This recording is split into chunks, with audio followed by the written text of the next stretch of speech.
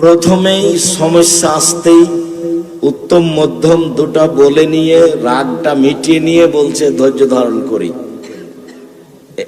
এর নাম ধৈর্য নয়, ওকে ধৈর্য বলে না। আল্লাহ তাআলা বলছেন আমাদের নবীকে, ফাসবির আলা মা ইয়াকুলুন, ওরা যা বলে তার উপরে আপনি ধৈর্য ধারণ করুন। ওরা বলে এ ভুয়া নবী, ওরা বলে ছি ছি ছি ছি, তাকে কি আর মানা যায়?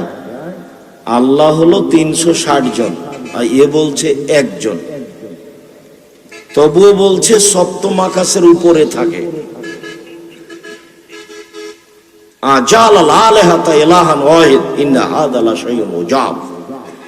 এতগুলি মাবুদকে একজন করে দিল, এটা তো বিরাট আশ্চর্য। ওরাই বলছে এতগুলি আল্লাহকে একজন করে দিল, এতগুলি মাবুদকে একজন করে দিল, এটা তো বিরাট আশ্চর্য। এটা কেমনে হয়? আপনাদেরকে বলা হচ্ছে যে হাত তুলে দোয়া করতে হবে, তবে একা একাই করেন, সালাতের পরে করিয়েন না। তো বলছে মানুষে দুয়াই তুলে দিচ্ছে, এরা কত খারাপ মানুষ। আপনারাকে বলা হচ্ছে যে দুরুদ পড়েন, দুরুদে ইব্রাহিম পড়েন, তো বলছে যে দেখছেন দুরুদি তুলে দিচ্ছে। এসব বক্তার কথা শোনা যায়, তো দুরুদি তুলে দিচ্ছে, এইটাই সহ্য করেন না। তাহলে মোহাম্মদ সাল্লাল্লাহু আলাইহি সাল্লামের চাচি, খালা, ফুফু, দাদা, চাচা, ওদের সামনে উনি বলেছেন আল্লাহ একজন, তাহলে উনি কি ছেড়ে দিতে বললেন? বাকি আল্লাহকে ছেড়ে দিতে বললেন, মাবুদকে ছেড়ে দিতে বললেন। কেমনে মানে বলেন? আপনি এটাই পারেন না মানতে, তো ওরা মাবুদ ছেড়ে দিবে কেমনে? তো তারা প্রস্তুত হয়নি। তারা বলেছে হয় একে হত্যা করতে হবে, না হয় একে দেশ থেকে তাড়িয়ে দিতে হবে, না হয় একে জেলখানায় বন্দি করতে হবে। এইটা তাদের ফলাফল। আর প্রথম দিকে ওরা বলছিল পাগল হয়ে গেছে, মাথা খারাপ হয়েছে, পাগল হয়ে গেছে।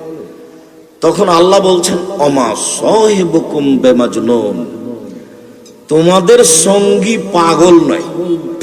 তা আল্লাহ সঙ্গী বলবেন কেন? আল্লাহ বলবেন এক, মোহাম্মদ পাগল নয়, মোহাম্মদ লাইসা বিমাজনুন, মোহাম্মদ পাগল নয়, এই কথা আল্লাহ বলবেন। কিন্তু আল্লাহ কেন বলছেন তোমাদের সঙ্গী পাগল নয়? যে লোকটা তোমাদের বাড়িতে আছে, তোমাদের সাথে খায়, তোমাদের সাথে চলে, তোমাদের সাথে ছাগল চড়ালো, গরু চড়ালো, মাঠে ঘাটে গেল, দৌড়াদৌড়ি করলো, সে তোমাদের সাথে আজও আছে, তাকে কেমনে পাগল বলো? একটা না জানা মানুষ যদি এসে বলে আল্লাহ এতজন ছিল, বাদ একটাই, তাহলে না একটা হঠাৎ কথা হয়। এ তোমাদের সাথে আছে, তোমাদের সাথেই খায়, তোমাদের সাথেই চলে, তোমাদের সাথে গরু ছাগল চড়ায়, তো এই পাগল হলো কেমনে? ওমা সাহিবুকুম বিমাজনুন, তোমাদের সঙ্গে পাগল নয়। সম্মানিত দ্বীনি ভাই বোন, বিশ্বাসের বিরুদ্ধে কথা বললে মানুষ মেনে নিতে চায় না। বিশ্বাসের বিরুদ্ধে কথা বললে মানুষ মেনে নিতে চায় না। ইনি আপনাদের এলাকার একটা লোক, ভালো ইংরেজি বুঝে, তা আমি বললাম যে উনি ইংরেজি জানেন না, তখন আপনাকে কেমন লাগবে? আপনাকে খারাপ লাগবে না? খারাপ লাগবে। কেন? আপনার বিশ্বাসের বিরুদ্ধে আমি কথা বলেছি। তো মুহাম্মদ সাল্লাল্লাহু আলাইহি সাল্লামের আত্মীয় স্বজন, বংশধর যেটা বিশ্বাস করত, সেটার বিরুদ্ধে তিনি কথা বলেছেন। যার জন্য আমি বক্তব্যের মাঝে মধ্যে বলেছি, হক বলাও যেমন জটিল, হক মানাও তেমন কঠিন। হক বলাও যেমন জটিল, হক মানাও তেমন কঠিন। হক বলা জটিল কেন? ধর্ম সত্য আর মিথ্যে আরবি ভাষায় লেখা আছে, সেইগুলো ভালো মন্দ তদন্ত করে সঠিকটা বলা খুব কঠিন। ভালো বিদ্যা লাগবে, বিদ্বানদের আশ্রয় লাগবে। ধরেন আমি 30 বছর থেকে দেখে আসছি যে এ দেখেন দোয়া খাতমুল কোরআন, কোরআন মাজিদের গায়ে 1 পৃষ্ঠা লেখা আছে, আমি 30 বছর থেকে বলছি, 30 বছর থেকে, যে এইটা নবীর বলা দোয়া যদি কোনোদিন প্রমাণ হয়ে যায়, আমি আব্দুর রাজ্জাক বিন ইউসুফ সেদিন থেকে আর জাতির সামনে আসবো না, আমরা ওয়াদাবদ্ধ। কেউ যে মুখই খুলে না। আমি বলেছি যে সাদ্দাতের কাহিনী মিথ্যে, শেষ পর্যন্ত বলেছি যে আচ্ছা কাহিনী কোথায় আছে সেটা প্রমাণ করতে হবে আগে, সত্য মিথ্যে পরে। কাহিনী কোথায় আছে এটাই হয় না, তো কেমনে হবে? তাহলে এমনিতেই চলছে ধর্ম, এমনিতেই চলছে। এত বড় দোয়া কোরআন মাজিদের গায়ে লেখা আছে আরবি ভাষায়। তো ধর্ম হক বলা কঠিন এই জন্য যে সৌদি আরব থেকে ইসলাম বের হয়ে ইরাকে ঢুকেছে, ইরাক থেকে বের হয়ে ইরানে ঢুকেছে, ইরান থেকে বের হয়ে ভারত, বাংলাদেশ, পাকিস্তানে এসেছে। যারা নিয়ে এসেছে তারা ছিলেন তরিকাপন্থী, চিশতি। তো যখনই কোনো দল মেনে নেওয়া হয় তখন দলের নিয়ম নীতিও মানতে হয়। তখন সেটা হকের পক্ষে আছে না আছে এইটা বিবেচনা করার মতো পরিবেশ থাকে না। যদি বিবেচনাই করতে পারে বা করে তাহলে আর দলে থাকতে পারবে না। এই কারণে ইসলাম আস্তে আস্তে অনেক অংশ কি হয়ে গেছে, উল্টে গেছে। আর যখন ইরান থেকে এদেশে ইসলাম এসেছে তখন ইরাক, ইরানের বড় আলেমদেরকে হত্যা করা হয়েছে, যার কারণে বড় বিদ্বানদের পক্ষ থেকে এলম ভারত, বাংলাদেশ, পাকিস্তানে আসেনি। যার কারণে আজও ভারত, বাংলাদেশ, পাকিস্তানের ইমাম যারা যারা মসজিদে খুতবা দেয় তারা আজও বড় আলেম নয়। অল্প পয়সা দিয়ে তাকে রাখা হয়েছে।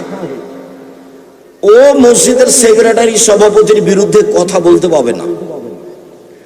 হক কথা এক একটু যদিও বুঝতে পারে তো বলতে পাবে না। এই জন্য যে সভাপতি সেক্রেটারি সুদ খায়, সভাপতি সেক্রেটারির দাড়ি চাঁচা আছে, সভাপতি সেক্রেটারি দলীয় মানুষ, একটু 19-20 হলে লোকটার চাকরি যাবে, গরিব মানুষ। যারা বড় বিদ্বান, যাদের টাকা পয়সা আছে, যারা সমাজ নেতাকে উঠাতে পারে, বসাতে পারে, এরকম বড় আলেম দিয়ে মসজিদের খুতবা হয় না ভারত, বাংলাদেশ, পাকিস্তানে আজও।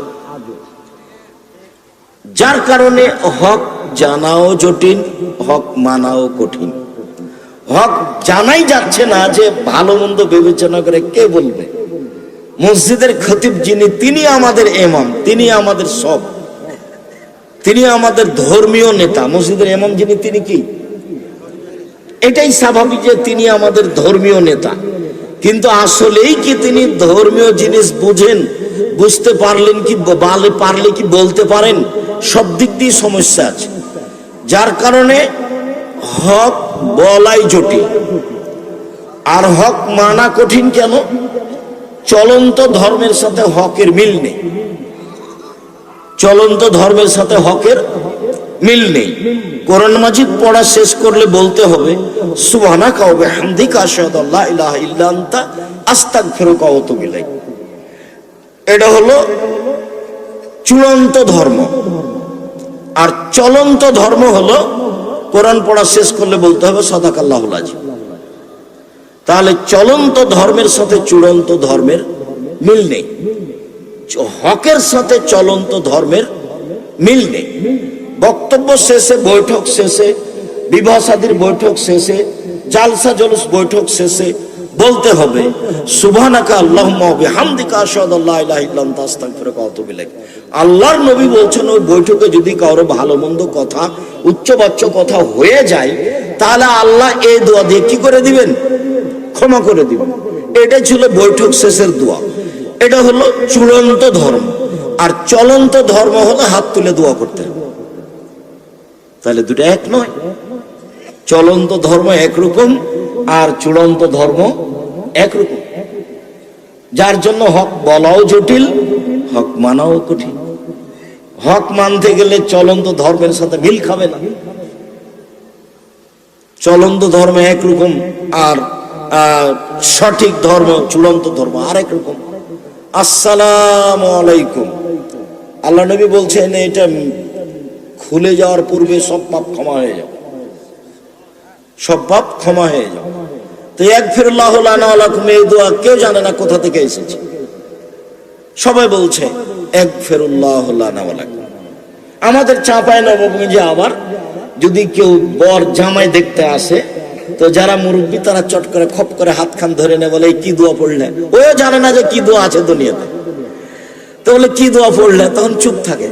তখন মুরব্বী বলে যে তুমি সালামের দোয়াটাও জানো না, কিন্তু ওও জানে না যে এটা দোয়া কিনা। কথা বুঝতে পারলেন না? এই হলো চলন্ত ধর্ম আর চূড়ান্ত ধর্ম। চলন্ত ধর্মের সাথে সঠিক ধর্মের মিল নেই, যার কারণে হক বলাও কঠিন, হক মানাও কঠিন। সত্য মিথ্যা সব একাকার হয়ে আছে, আরবি ভাষাতে লেখা আছে। এইটা তদন্ত করে সমাজের সামনে পেশ করা কঠিন। আর তদন্ত করতে গেলে সমাজে যে ধর্ম আছে তার সাথে অমিল হয়ে যাবে, তখন এটা আর মানুষ বলতে পারবে না, কঠিন হয়ে যাবে। লোকটা মারা গেছে, মারা যাবে মুমূর্ষু অবস্থায়, তখন তার পাশে বলতে হবে লা ইলাহা ইল্লাল্লাহ। আল্লাহ নবী বলছেন লাক্কিনু মাওতাকুম লা ইলাহা ইল্লাল্লাহ, তোমরা মুমূর্ষু ব্যক্তির পাশে লা ইলাহা ইল্লাল্লাহ বলো, এটা আদেশ। আবার বলছেন মান কানা আখিরু কালামি লা ইলাহা ইল্লাল্লাহ ফাদাখালাল জান্নাহ। এই ছেলেরা, এই তোমরা আমাদের ছেলেরা যারা, তারা সহযোগিতা করো। যদি বসার জায়গা থাকে ভালো, বসতে হবে আপনাদের।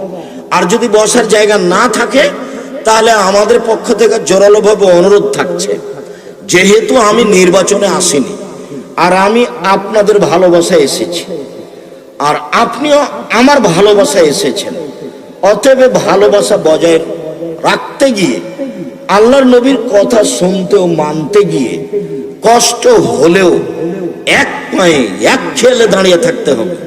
কিছুক্ষণ দাঁড়িয়ে থাকার পরে হাঁটবেন, আবার কিছুক্ষণ পরে কারোর সাথে কথা বলবেন, এটা ত্যাগ করে বসে থাকতে হবে। আপনাকে আমি অনেক ভালোবাসি, এ কথাই ঠিক। তবে কথা চলাকালীন আপনি কথা বললে, নিজের প্রয়োজনীয় কথা কারোর সাথে বললে, তখন আপনাকে আমি ঘৃণা করব, এ কথাই ঠিক। আপনার কোনো কথা আমি এখন গ্রহণ করি না। আপনি অল্প সময় নিজের যাবতীয় প্রয়োজন ত্যাগ করে দেন, আপনার আমি কিছু না কিছু উপকার করবই করবো ইনশাআল্লাহ। জাতির যদি রাস্তাঘাট করে দিতে না পারি, জাতির যদি স্কুল কলেজ করে দিতে না পারি, জাতিকে চূড়ান্ত সঠিক ধর্ম দিতে পারবো ইনশাআল্লাহ। ধর্মের ব্যাপারে জাতিকে ফাঁকি দিয়ে পরকাল হারাতে রাজি নই। দীর্ঘ 34 বছরের 90 সাল থেকে নিয়ে এখন পর্যন্ত কোনোদিন অপ্রয়োজনীয় বাক্য বলিনি। আপনি প্রমাণ করবেন, 90 সাল থেকে নিয়ে এখন পর্যন্ত কোনোদিন কেসা কাহিনী বলিনি। 90 সাল থেকে নিয়ে এখন পর্যন্ত আমি কোনোদিন মাঝহাব নিয়ে কথা বলিনি, ও পাতাই পড়ি না আমি। গালি আপনি দেন, আপনি যদি গালি দিয়ে আমাকে এবারে ধুয়ে দেন, তো আপনার আমি নামটা নিব না, ওটা আপনার কাজ। আমি ওই পাতা পড়ি না। আমার জীবনে আমি সরকার নিয়ে কথা বলতে যাই না, ওই পাতা আমি পড়ি না। উনি ওনারটা জবাব দিবেন, আপনি আপনারটা জবাব দিবেন। আপনি শুধু নিজে বাঁচেন আর পরিবারকে বাঁচান, আর মৌলানা সাহেব নিজে বাঁচুক, পরিবারকে বাঁচাক আর জনগণকে বাঁচাক, ওটা মৌলানা সাহেব দাওয়াত দিবেন। এখন মৌলানা সাহেব দাওয়াত দিতে গিয়ে কি বলছেন সেটা তো ভাববার বিষয়। আল্লাহর নবী বলছেন বাল্লিগু আন্নী ওয়ালা আয়া, পৃথিবীর মানুষ, আমার একটা কথা জানা থাকলে অন্যকে বলো, তবে কথা আমার হতে হবে। আমার একটা কথা জানা থাকলে অন্যকে বলো। ওয়া হাদ্দিসুন বানি ইসরাঈল হারাজ, বানি ইসরাঈলের কাহিনী বলো, কোনো দোষ নেই, সত্য কাহিনী। ওমান কাযাবা আলাইয়া মুতাআম্মিদান ফালিয়াতাবাওয়া মাকাদাহু মিনান নার, কেউ যদি কোনো কথা আমার নামে বলে, সেই কথা যদি আমার না হয়, তাহলে তার থাকার জায়গা জাহান্নাম। কেউ যদি কোনো কথা আমার নামে লিখে কলমে, সেই কথা যদি আমার না হয়, তাহলে তার থাকার জায়গা জাহান্নাম।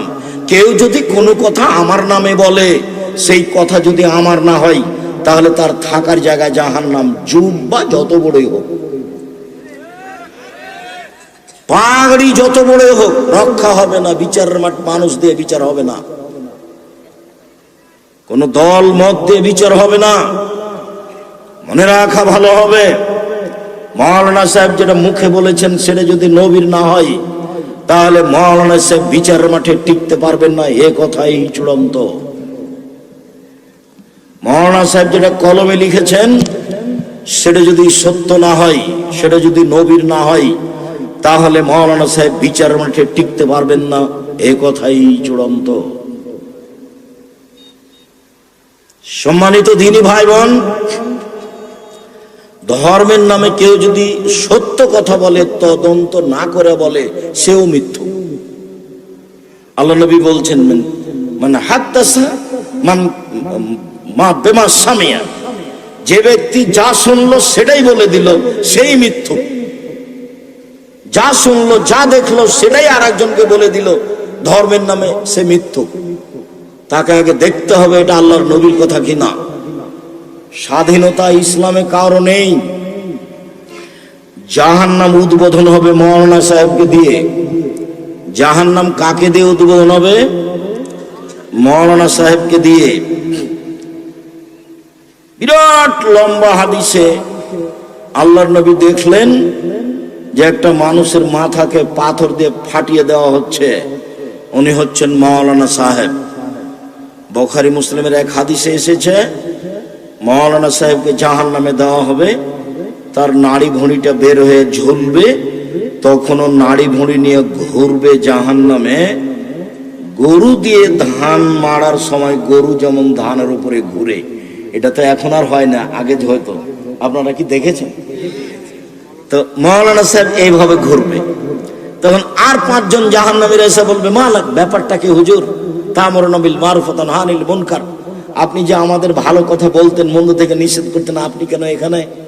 তখন হুজুর বলবেন, কি করি আমরকম, আমি তো ভালো বলেছি কিন্তু ভালো করিনি। যে বলা আতিক, আমি ভালো করিনি কোনোদিন, আমি খালি ভালো বলেছি। তাহলে মাওলানা সাহেবের বউ কেমন, তার মেয়ে কেমন? উনি লন্ডনে তাসবি টিপছেন, মেয়ে ঢাকা বিশ্ববিদ্যালয়ে প্রেমের তাসবি টিপছে। ধর্ম তো আর পাগল হয়নি, ধর্ম তো আর রাজশাহী চাঁপাইনবাবগঞ্জের হাওয়াই লাড্ডু নয়, दोनों हाथ में लड्डू है जो चाहे इसको छोड़ दे चाहे इसको खा ले। ये तो धर्म एमन नয়। ধর্ম একজনের কথা দিয়ে চলে, যার নাম মুহাম্মদ সাল্লাল্লাহু আলাইহি সাল্লাম। এক গ্লাস পানি পান করলে কয়টা বিধান লাগে? 5টা। এর নাম ধর্ম। এ কোনো পীর দিয়ে চলে না, কোনো শায়েখ দিয়ে চলে না। এক শ্রেণীর মানুষ বলছে যে পীর যদি না চলে শায়েখ কেন চলে? আমি কোনোদিন শায়েখ লিখতেও বলি না, আমি শায়েখের কোনো খবরও রাখি না। আমাকে কেউ যদি বলে আপনার নাম কি, আমি বলি আমার নাম আব্দুর রাজ্জাক বিন ইউসুফ। আপনি বিজ্ঞাপন পোস্টারে একটু কিছু লিখতে বলেন না কেন? চাপ দিয়ে যদি বলে যে একটু কিছু লিখি, তখন আমি বলি আমার নাম আব্দুর রাজ্জাক আর আমার বাপের নাম ইউসুফ। বাপ বেটা মিলে আব্দুর রাজ্জাক বিন ইউসুফ। আমি দীর্ঘ 90 সাল থেকে এখন পর্যন্ত এর বেশি বলিনি। চাপ দিয়ে কেউ বললে আমি এটুকুই বলেছি যে আমার নাম আব্দুর রাজ্জাক আর আমার বাপের নাম ইউসুফ। বাপ বেটা মিলে কি আব্দুর রাজ্জাক বিন ইউসুফ। আমি পড়াশোনা জানি কি না, আমি কিছু পাস করেছি কি না, এই 90 সাল থেকে এখন পর্যন্ত কোনোদিন বলিনি। কোনোদিন যদি প্রমাণ হয়ে যায় যে হ্যাঁ আপনি বলেছিলেন, এই যে আপনি পরিচয় দিচ্ছেন, আমি আপনাকে জিজ্ঞাসা করলাম কি লিখবো বিজ্ঞাপন পোস্টারে, তখন আপনি বলছেন হ্যাঁ লিখেন অমুক অমুক অমুক, এটা প্রমাণ হয়ে গেলে সেদিন থেকে আর কথা বলবো না। এসব পাতা আমি পড়ি না।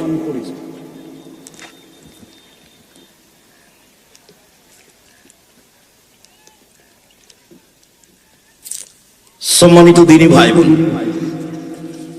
মধ্যখানে কথা এসেছিল ধর্মের নামে সত্য মিথ্যে। আপনার জানা বই থেকে একটা কথা বলেই আমি আগে বাড়ি। সব বই প্রায় সত্য মিথ্যা আছে লেখা। বইয়ের নাম কি করলে কি হয়, মানে সবই মিথ্যে। কি করলে কি হয়, কি করলে কিছু হয় না, ছাই হয়। ওখানে লেখা আছে বইয়ের কোন অঙ্গে হাত দিলে জান্নাত পাওয়া যায়, আর কোন অঙ্গে হাত দিলে জান্নাত হারাম হয়ে যায়। এবারে নগদ মিথ্যা কথা, টাহা মিথ্যা কথা, একটা সত্য কথা নয়। মকসুদুল মুমিনিন বই একটা হেডলাইন আছে, যেটা মাঝে মধ্যে বলি, আপনার সবার পরিচিত সেজন্য বলি। আপনাকে মনে করতে হবে এটা দিয়ে আমি জানাই যে হাজারো কথা কি আছে, মিথ্যা আছে। আর একটু বাড়াতে চাইলে যাওয়ার সময় একটা বই পাওয়া যায়, বক্তা শ্রোতার পরিচয় আছে কিনা দেখবেন, অত একটা লম্বা দেওয়া আছে, আলোচনা দেওয়া আছে যে এগুলো সব মিথ্যে। আর একটা বই পাওয়া যায়, তাফসির কি মিথ্যা হতে পারে, মানে ওই বইয়ে যা তাফসির আছে সবই মিথ্যে। তাফসির কি মিথ্যা হতে পারে, এটা বইয়ের নাম, এটা জিজ্ঞাসাবোধক নাম। তাফসির কি মিথ্যা হতে পারে, এটা হলো নাম। এখন শুরু হলো, যা তাফসির আছে সবই মিথ্যে। মানে আপনার সামনে আমি নমুনা পেশ করেছি, তাই তো নমুনা পেশ করলাম যে কোরআন মাজিদের গায়ে মিথ্যা দোয়া লেখা আছে। মুকশিদুল মুমিনিন বইয়ে লেখা আছে হেডলাইন, অবিবাহিত ছেলে মেয়ের পড়া নিষেধ। এটা হলো হেডলাইন, যে দেখে সেই পড়ে কি লেখা আছে, মানে হেডলাইনটাই ভুল হয়ে আছে। যে দেখে সেই পড়ে কি আছে এখানে, ছেলে মেয়ের সবের একটা কৌতূহল জাগে, এখানে কি আছে লেখা। এখন শুরু হয়ে গেছে লেখা, ভরা পেটে স্ত্রী মিলন হলে ছেলে ল্যাংড়া হয়, সফরের পূর্বে স্ত্রী মিলন হলে ছেলে ব্যাংচা হয়, চন্দ্র সূর্য গ্রহণে স্ত্রী মিলন হলে ছেলে কানা হয়। একবারে নগদ ডাহা মিথ্যা, কিয়ামত পর্যন্ত প্রমাণ হবে না, অসম্ভব। শুধু মিথ্যা নয়, সরাসরি কোরআন মাজিদের বিপরীত।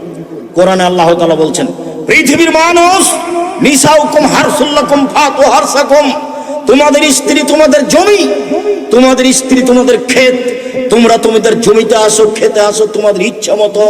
সকালেই কি, বিকালেই কি, দুপুরেই কি, সন্ধ্যায় কি, ভরা পেটেই কি, চন্দ্রগ্রহণ লাগলে কি আর না লাগলে কি, সব বাতিল। হায়েজ ব্যতীত তুমি তোমার স্ত্রীর কাছে আসবা, এটা আল্লাহর চূড়ান্ত ঘোষণা, কোরআন মাজিদের আয়াত।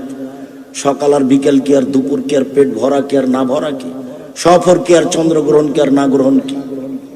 চন্দ্রগ্রহণ লেগেছে, সালাত আদায় করেন গিয়ে। এত কথা কেন চন্দ্রগ্রহণে? বউ তুমি কিছু করো না, বউ তুমি ঘর থেকে বের হয়েও না। কুষ্টিয়া জেলার খবর, কুষ্টিয়াও কাছাকাছি, ফরিদপুরের সাথে লাগা। ফরিদপুর মানে নগদ বেদাতি, মনে কিছু নিয়েন না, আপনার সাথে আমার ভালোবাসার অভাব নেই। নোয়াখালী, বরিশাল, চট্টগ্রাম, মনে কষ্ট পাবে কেন? কেন কষ্ট পাবে? চট্টগ্রামে উকিল বাপ বিবাহ না, উকিল বাপ না হলে বিবাহ হবে না। সেদিন থেকে উকিল বাপই বাপ। ওই উকিল বাপি এখন মেয়ের বাড়ি যাবে, উকিল বাপি এখন মেয়ের বাড়িতে আসবে, মেয়ে ওই বাপের বাড়িতে যাবে, ওটাই বাপ জায়েজ থেকে। আমি বলছি কিয়ামত পর্যন্ত উকিল বাপ হারাম। উকিল বাপ বিবাহ বৈঠকে চলবে না, বাপ হতে হবে বিবাহের বৈঠকে। বাপ না থাকলে তার চাচা হবে, তার চাচা না থাকলে তার ভাই হবে, তার দাদা হবে, এরাই উকিল হবে। বাপ বেঁচে থাকলে অন্য কেউ এখানে ঢুকতে পাবে না। জ্যাঠ যত বড়ই শিক্ষিত হোক না কেন উকিল হতে পারে না। মেয়ের বাপ জ্যাঠ নয়, মেয়ের বাপ যে লোকটা পড়াশোনা জানে না, বোকা, সেটা। কথা বুঝতে পারেননি? ওই বোকাটাকেই থাকতে হবে এখানে। আল্লাহ নবী বলেছেন, লা নিকাহ ইল্লা বিওয়ালিন, অভিভাবক ছাড়া বিবাহ হয় না। তিনি বলেছেন, লা নিকাহ ইল্লা বিশাহিদাইনি, দুইজন সাক্ষী ছাড়া বিবাহ হয় না। চূড়ান্ত ধর্ম বিবাহে দুইজন সাক্ষী লাগবে, চলন্ত ধর্ম বিবাহে চারজন সাক্ষী লাগবে।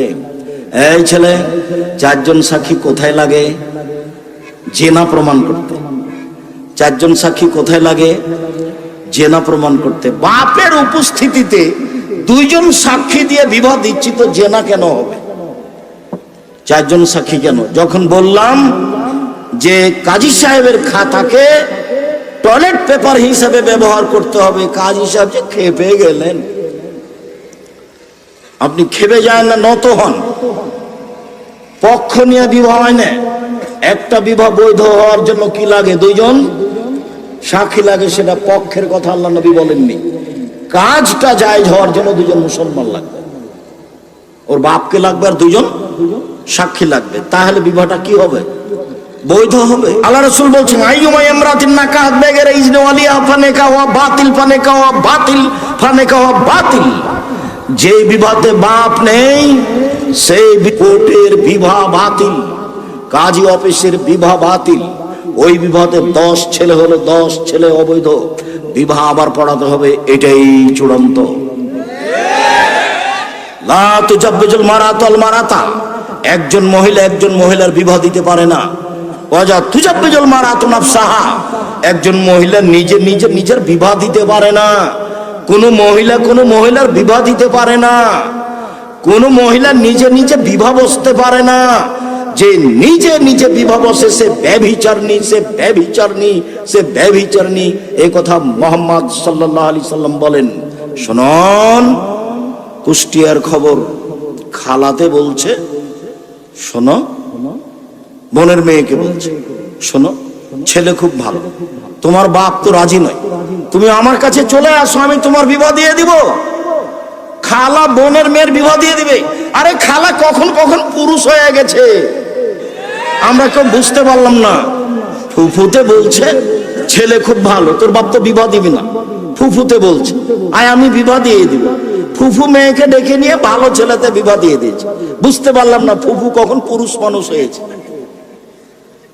আল্লাহ নবী বলছেন মহিলা দিয়ে বিবাহ চলবে না। কোন সাহসে ফুফু বিবাহ দেয়? ধর্ম এরকম নয়। চূড়ান্ত ধর্ম বাপ লাগবে, চলন্ত ধর্ম কোর্ট হলেই হবে, কাজী অফিস হলেই হবে। বইয়ে লেখা আছে একটা ছেলে বলবে এইটা আমার বউ, দুইজন সাক্ষী বলবে হ্যাঁ আমরা সাক্ষী, তাহলে বউ হয়ে গেছে। এই জন্যই কোর্টে চলছে এগুলো।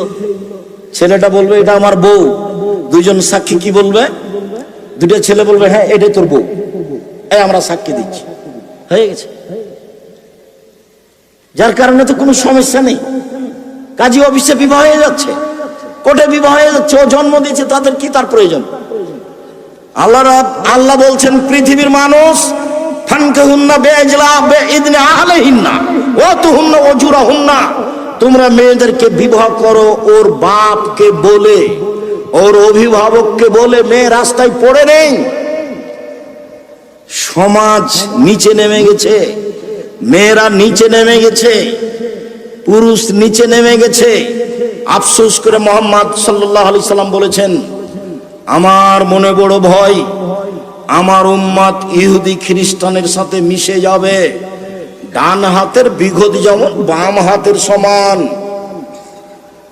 আমার উম্মত ইহুদি খ্রিস্টানের সাথে চাল চলনে, নিয়ম কানুনে, কথাবার্তাতে, চলাফেরাতে, কৃষ্টি কালচারে, আদব কায়দাতে ওদের সাথে মিলে যাবে। ডান হাতের বিঘত যেমন বাম হাতের সমান, সমান সমান মিলে যাবে। আবার বলছেন ডান পায়ের জুতা যেমন বাম পায়ের সমান, বাম পায়ের জুতা যেমন ডান পায়ের সমান, এইটা যেমন সমান সমান আমার উম্মত ইহুদি খ্রিস্টানের সাথে খেতে, উঠতে, বসতে, চলতে ফিরতে, কৃষ্টি কালচারের নিয়ম নীতিতে একবারে মিলে যাবে সমান সমান। এবার আল্লাহ রাসূল ভাষাগতভাবে নিচে নামতে লাগলেন। নিচে নামতে নামতে বলছেন পৃথিবীর মানুষ শুনে রেখো, ইহুদি খ্রিস্টান যদি মায়ের সাথে জেনা করে থাকে, আমার উম্মত মায়ের সাথেও জেনা করবে। এবার বলো ছেলে, তুমি তোমার মাথায় এখানে শত ছেলে যা আছে যার মাথায় উপরে চুল আছে, নিচের দিক চাচা আছে। এই ছেলে ও তো ব্রাজিলের এক খেলোয়াড়, তো ইহুদি, ও তো খ্রিস্টান। তুমি কখন এই খ্রিস্টানের নীতি ধরো করেছো? তোমার বাপ মানে কি? ওই যে তোমার বাপ কাছ থেকে বলবে চাচা আসসালামু আলাইকুম, বলে দিও আব্দুর রাজ্জাক মিনি সব বলে গেছে আপনাকে আর বাপ বলে ডাকা হবে না। বাপ মানে ক্ষমতা। বাপ মানে কি? ক্ষমতা। তোমার বাপ পরিবারের উপরে ক্ষমতা প্রয়োগ করেনি, অতএব এটা তোমার বাপ না, এটা তোমার সৎ বাপ। এই কথাই ঠিক, নইলে তোমার মাথার চুলে এমন কেন? এই ছেলে, তোমার বোন এখানে বসে আছে, নখ বড় আছে, নখে নেইল পালিশ দেওয়া আছে। ইহুদি খ্রিস্টানদের পতিতালয়ের মেয়েদের বৈশিষ্ট্য নখে নেইল পালিশ দেওয়া। ইহুদি খ্রিস্টানদের পতিতালয়ের মেয়েদের বৈশিষ্ট্য নখে নেইল পালিশ দেওয়া। ভাষাগত নিচে নেমে বলি, ইহুদি খ্রিস্টানদের বেশ্যালয়ের মেয়েদের অভ্যাস হলো, শিষ্টাচার হলো, নীতি হলো, বৈশিষ্ট্য হলো কি? নখ বড় রাখা, নখে নেইল পালিশ দাও। বলো দেখি তোমার বোনের নখ বড় কেন? এটা যদি তোমার মা হয় তাহলে ভুল হয়েছে। এটা তোমার মা নয়, এ তোমার সৎ মা, এ হস্তিনী মা। তোমার বাপকে 24 ঘন্টার মধ্যে একে তালাক দিতে হবে। আমি তালাক দিতে আদেশ করিনি, পরামর্শ দিচ্ছি। আমি তালাক দিতে আদেশ করব কেন? তবে এই বউ চলবে না, এই কথাই ঠিক। মাস্টার ডিগ্রি পাস হলেও হবে না, 14 বার মাস্টার ডিগ্রি পাস করলে হবে না। শিষ্টাচার ভিন্ন জিনিস আর বিদ্যা ভিন্ন জিনিস। সম্মানিত দিনী ভাই বোন, অত্র বৈঠকে যারা শিক্ষিত মানুষ আছেন, এই ছেলেরা তোমরা যারা হুঁশিয়ার এক খেলে চেয়ে থাকো, আমি কয়েকটা কথা এখানে বলি। ধর্মের সব দিকই খালি শিষ্টাচার, খালি শিষ্টাচার, খালি শিষ্টাচার। শিষ্টাচার কি জিনিস গো? আদব কায়দা কি জিনিস? এত কেন আল্লাহর নবী বলেন? আদব কায়দার কথা কেন এত আল্লাহর নবী বলেন? নিয়ম নীতি, কৃষ্টি কালচারের কথা তিনি এত কেন বলেন? দেখো তো, কয়েকটা কথা আমি তোমার সাথে মিলানোর চেষ্টা করি। দেখো, আল্লাহর নবী একথা বলছেন, পৃথিবীর মানুষ শুনে রেখো, মান ওয়ালাদা লাহু ওয়ালাদুন ফালইহসিন ইসমাহু ওয়া আদাবাহু। কারো যদি ছেলে মেয়ে জন্ম নেয়, বাপ যেন তাকে তার সুন্দর নাম রাখে, তাকে শিষ্টাচার শিখিয়ে দেয়। শিষ্টাচার কি জিনিস? এক। দুই, রাসূল সাল্লাল্লাহু আলাইহি সাল্লাম বলেন, মান কানাত লাহু সালাসা বানাত। কারো যদি 3টা মেয়ে থাকে, ফা আল্লামাহুন্না, তাকে বিদ্যা শিখিয়ে দেয়। ও আদাবাহুন্না, তাকে শিষ্টাচার শিখিয়ে দেয়। কাসাহুন্না, তার কাপড় চোপড়ের ব্যবস্থা করে। সাকাহুন্না, তার পানি পানের ব্যবস্থা করে। ফালাহুল জান্নাহ, বাপ জান্নাতে যাবে। তার শিষ্টাচার, তাকে শিষ্টাচার শিখিয়ে দেয়। শিষ্টাচার কি জিনিস? আল্লাহ নবী বলেন, মান কানাত লাহু জারিয়া, কারো যদি কাজের মেয়ে থাকে, ফাআল্লামাহা ফাসানা তালিমাহা, তাকে বিদ্যা শিখিয়ে দেয়, সুন্দর বিদ্যা শিখিয়ে দেয়। ও আদাবাহা ফাসানা তাদিবাহা, শিষ্টাচার শিখিয়ে দেয়, সুন্দর শিষ্টাচার শিখিয়ে দেয়। তাহলে তার জন্য ডবল নেকি হবে। শিষ্টাচার কি জিনিস? আল্লাহ নবী বলেন, আনফিক আলা তেয়ালিক, আনফিক আলা রিয়ালিক বিন তাওলিক। তুমি তোমার উপার্জিত সম্পদ ছেলে মেয়ের পিছনে খরচ করো।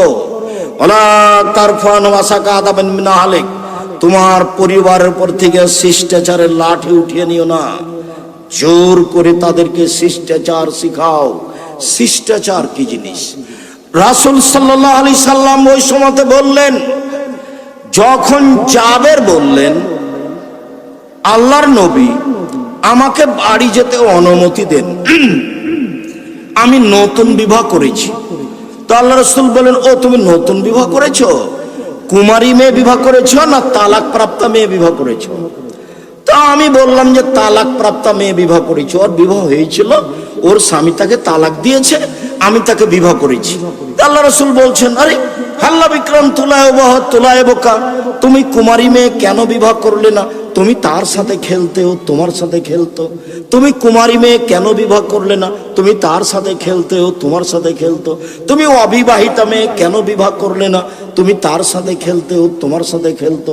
আল্লাহ নবী এই পর্যন্ত বললেন।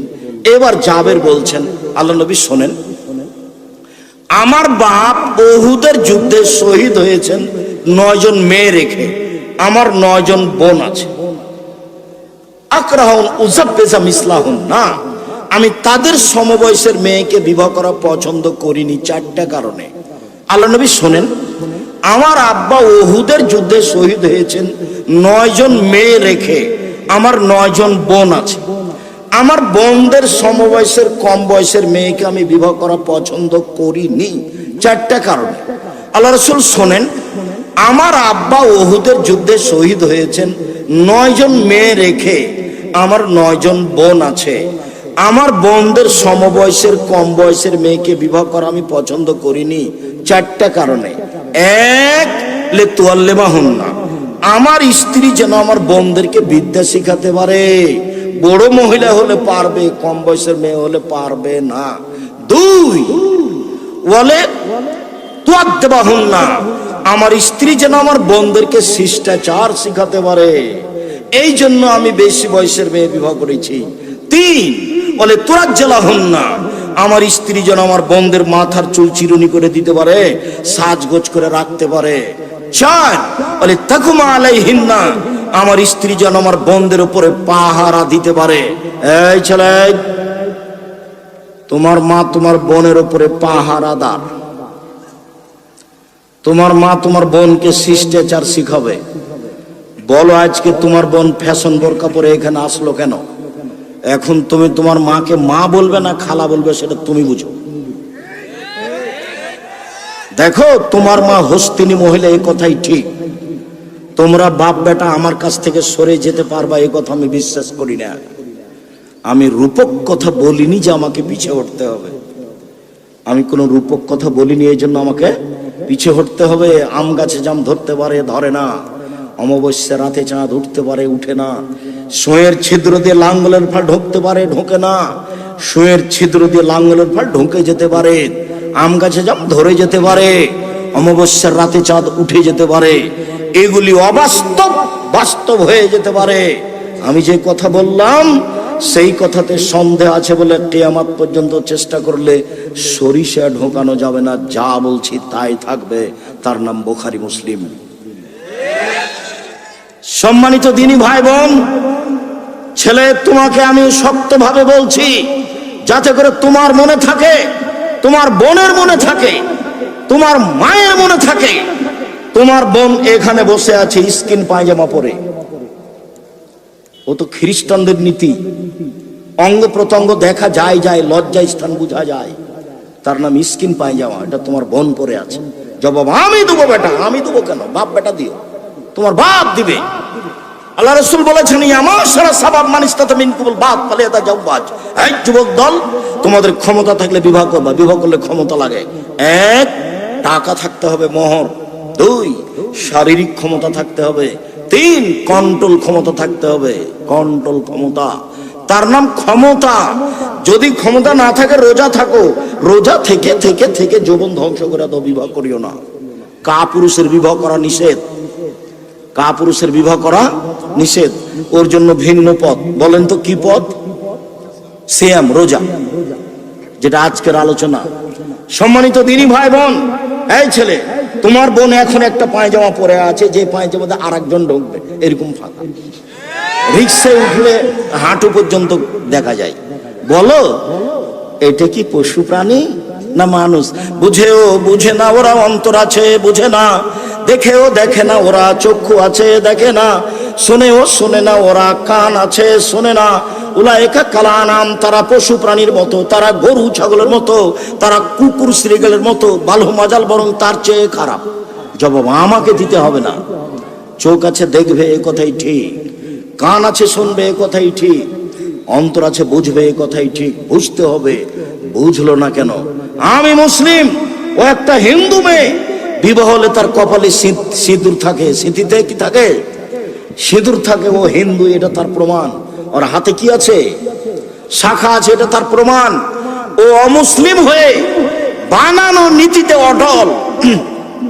আর আমার যেটা নীতি, সেটা আল্লাহর দেওয়া, সেটা মুহাম্মদ সাল্লাল্লাহু আলাইহি সাল্লামের দেওয়া। মুহাম্মদ সাল্লাল্লাহু আলাইহি সাল্লাম নিজে থেকে দিয়েছেন নাকি? আল্লাহর দেওয়া নীতি। আমি আমারটা মানতে পারি না? আমার বোন এভাবে এসেছে কেন এখানে? তোমার বোন এখানে আসলো কেন? কপালে কোনো টিপ? হিন্দু মেয়েকে বিবাহ করার 10টি পদ্ধতি আছে। তার একটি পদ্ধতির নাম রাক্ষসী বিবাহ। মেয়ের বাপ বিবাহ দিবে না, ছেলে জোর করে বিবাহ করবে। যদি কপালে টিপ দিতে পারে তাহলে বিবাহ হয়ে গেছে। কপালে টিপ দেওয়া হিন্দুদের নীতি। তাহলে আমার মেয়ের কপালে টিপ কেন? এটা তোমার মা নয়, এটা তোমার খালা। এটা তোমার মা নয়, এটা তোমার সৎ মা। এ কথাই ঠিক। এই ছেলে, এটা তোমার মা, এ কথাই সত্য। এটা তোমার মা, এ কথাই সত্য। এটা তোমার মা, এ কথাই সত্য। এটা তোমার হস্তিনী মা, এটা সত্য। এটা তোমার হস্তিনী মা। তোমার বাপের সাথে আমার পরামর্শ, একে তালাক দিতে হবে, নইলে একে সংশোধন করতে হবে। 2টার মধ্যে একটা। তোমার বাপের সাথে আমার চূড়ান্ত পরামর্শ রইল। আমার পরামর্শে তোমার বাপকে চলতে হবে, এ কথাই চূড়ান্ত। জাহান্নামে চলে যাবে, যাবে, এটা তো বড় কথা নয়। জাহান্নামে চলে যাওয়াই কি বড় কথা? যেভাবে আছি সেভাবে থাকবো। আব্দুর রাজ্জাক সাহেব, অত বক্তব্য বাদ দেন, এটা তো কোনো কথা নয়, এটা তো একটা 5 কথার কথা, এর কথার কোনো দাম নাই। আমি মুসলিম, আমার ধর্মের নাম ইসলাম, আমি মুসলিম মানে দেখো মেনে নিয়েছি। আমি মুসলিম মানে কি? আমি মেনে নিয়েছি আমার ধর্মের নাম ইসলাম, মেনে নেওয়া। আমি মুসলিম, আমি মেনে নিয়েছি। হটকারিতামূলক কথা বলার কোনো দাম নেই, জোর করে কথা বলার কোনো দাম নেই। আমার নিয়ম নীতি মুহাম্মদ সাল্লাল্লাহু আলাইহি ওয়াসাল্লামের নীতি, এ কথাই চূড়ান্ত। আমার নিয়ম নীতি আল্লাহর দেওয়া নিয়ম নীতি, এ কথাই চূড়ান্ত। অতএব সব হাদিসে একই রকম কথা, শিষ্টাচার। শিষ্টাচার কি জিনিস? মুসলমানের নিজস্ব শিষ্টাচার আছে, কারো নিবে না। 1 গ্লাস পানি পান করলে ইসলামে 5টা শিষ্টাচার লাগে। 1 ডান হাত, 2 বিসমিল্লাহ, 3 বসে, 4 3 শ্বাসে, 5 পান শেষে আলহামদুলিল্লাহ। 1 গ্লাস পানি পান করলে 5টা শিষ্টাচার লাগে। তোমার মা নাকি মাস্টার ডিগ্রি পাস, কুষ্টিয়া সরকারি কলেজের নাকি শিক্ষিকা। তোমার মাকে বলিও তো, আম্মা আমার ছোট ভাইয়ের যখন আপনি জামাটা গায়ে দেন তখন কোন হাত আগে ঢোকাতে হবে, এইটা কি কোনোদিন বিবেচনা করেছেন? আম্মা আপনি ডান হাত না ঢোকালে নাকি আপনি হস্তিনী মহিলা। এটা কথা কেমন আম্মা? আব্দুর রাজ্জাক সাহেব বললেন তো আমি খুব কষ্ট পেলাম। আমার মনে হচ্ছিল যে আমি শুনি না, বক্তব্য চলে আসে, কিন্তু গেছি সেজন্য থেকেছি। এমন শক্ত করে বললো আম্মা, বলছেন আম্মা কি জানেন, বলছেন যে আপনি যখন পায়জামাটা পরাচ্ছেন আমার ছোট ভাইকে, তখন আপনি ডান পায়েরটা আগে পরাচ্ছেন না, তাই বলে আপনি কি হস্তিনী নাকি মহিলা? এ কথা উনি বলছেন। আচ্ছা আম্মা, আমার ছোট ভাইকে যখন আপনি পানি খাওয়াচ্ছেন তখন আপনি নাকি ডান হাত ধরেননি, ডান হাতে গ্লাসটা ধরেননি। আমার ছোট ভাই বাম হাতে ধরে পানি খাচ্ছে, আপনি নাকি চুপ ছিলেন। এটা সত্য আম্মা? তোমার ছোট ভাই কোন হাতে এটা ধরবে? ডান হাতে। তোমার মা যখন তোমার ছোট ভাইকে শোয়াবে তখন কোন কাতে শোয়াবে? ডান কাতে। এরই নাম শিষ্টাচার। পা পশ্চিম দিকে না পূর্ব দিকে এটা বিবেচনা নেই। এই ছেলে, শুধুমাত্র পেশাব পায়খানায় বিবেচনা কেবলা। কখন কেবলা বিবেচনা? পেশাব পায়খানায়, ঘুমানোর সময় কেবলা বিবেচনা নয়। এটাও চলন্ত ধর্ম। চূড়ান্ত ধর্ম হলো ডান কাত, পা যেদিকেই থাকে। চূড়ান্ত ধর্ম কি? ডান কাত, পা যেদিকেই থাকে, পূর্বে না হয় পশ্চিমে। পাবনাতে এক জায়গাতে প্রোগ্রামে গেছি, পশ্চিম দিকে পা করে শুয়ে আছি। 2 জন যুবক এসে বলছে আর বক্তব্য শুনবো না, কেবলার দিকে পা করে শুয়ে আছে। তাহলে তো চলন্ত ধর্মের সাথে আছে। চলন্ত ধর্ম তো ধর্ম নয়, ওটা তো মানুষের বানানো। আর আমাদেরটা হলো মুহাম্মদ সাল্লাল্লাহু আলাইহি ওয়াসাল্লামের বানানো। ওটা উমর রাদিয়াল্লাহু আনহু বললেও চলবে না, ওটা উমর বললেও চলবে না। একটু